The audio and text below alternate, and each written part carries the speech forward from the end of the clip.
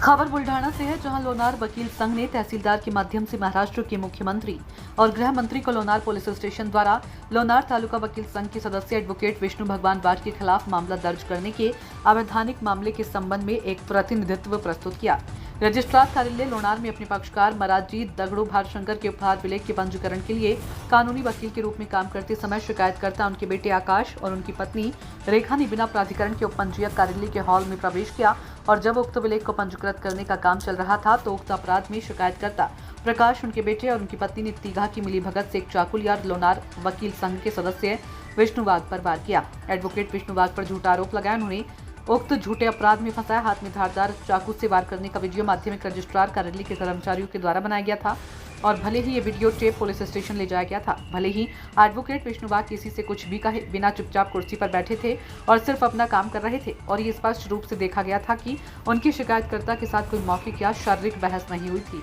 संवाददाता अनिल वयाल की रिपोर्ट। कार्यालय या ठिकाणी एका दस्ताची नोंदणी करत असताना, बक्षीसपत्राची नोंदणी करत असताना या ठिकाणी जे विरोधी पक्षाचे लोक होते तर त्या ठिकाणी अक्षरशः दुय्यम निबंधक कार्यालयाच्या दालनामध्ये ज्या ठिकाणी दुय्यम निबंधक अधिकारी बसतात आणि ज्या ठिकाणी कामकाज चालतं त्या दालनामध्ये गैरप्रकारचा बेकायदेशीरपणे हातामध्ये धारदार चाकू घेऊन, शस्त्र घेऊन जीवे मारण्याच्या प्रयत्नाने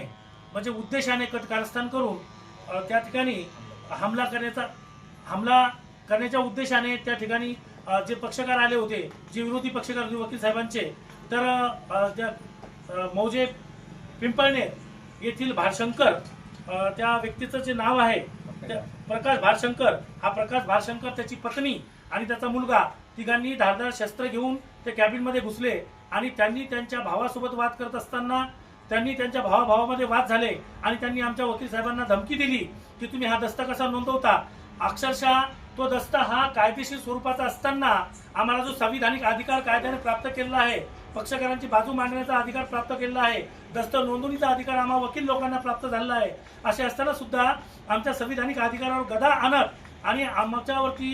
बेकायदेशीरित्या जोर जबरदस्ती करून आम्हाला धमकावलं। अर्थात आमच्या वकील संघाच्या सदस्यांना धमकावून ते कामकाज करण्यापासून रोखण्याचा त्या इसमानं प्रयत्न केला। एवढंच नव्हे तर त्याचा भविष्यातील जो फ्युचर प्लॅन होता, त्याने सोबत चाकू आणला होता, तो सुद्धा तो आमच्या वकील साहेबांना जीवे मारण्याची धमकी दिली। परंतु त्यांच्या दोघांमध्ये जो काही वाद झाला भावाभावांमध्ये, त्या वादाचं रूपांतर पुढे त्याच्या पोलीस स्टेशनच्या रिपोर्टमध्ये झाला आणि त्याने केवळ आमचे संघाचे वकील साहेब माननीय वाघ साहेब, विष्णू वाघ साहेब, केवळ हे त्या पक्षाचे वकील असल्यामुळे ती सूडबुद्धी डोक्यामध्ये धरून त्याने त्याच्या भावाबरोबर किंवा इतर लोकांच्या बरोबर त्या ठिकाणी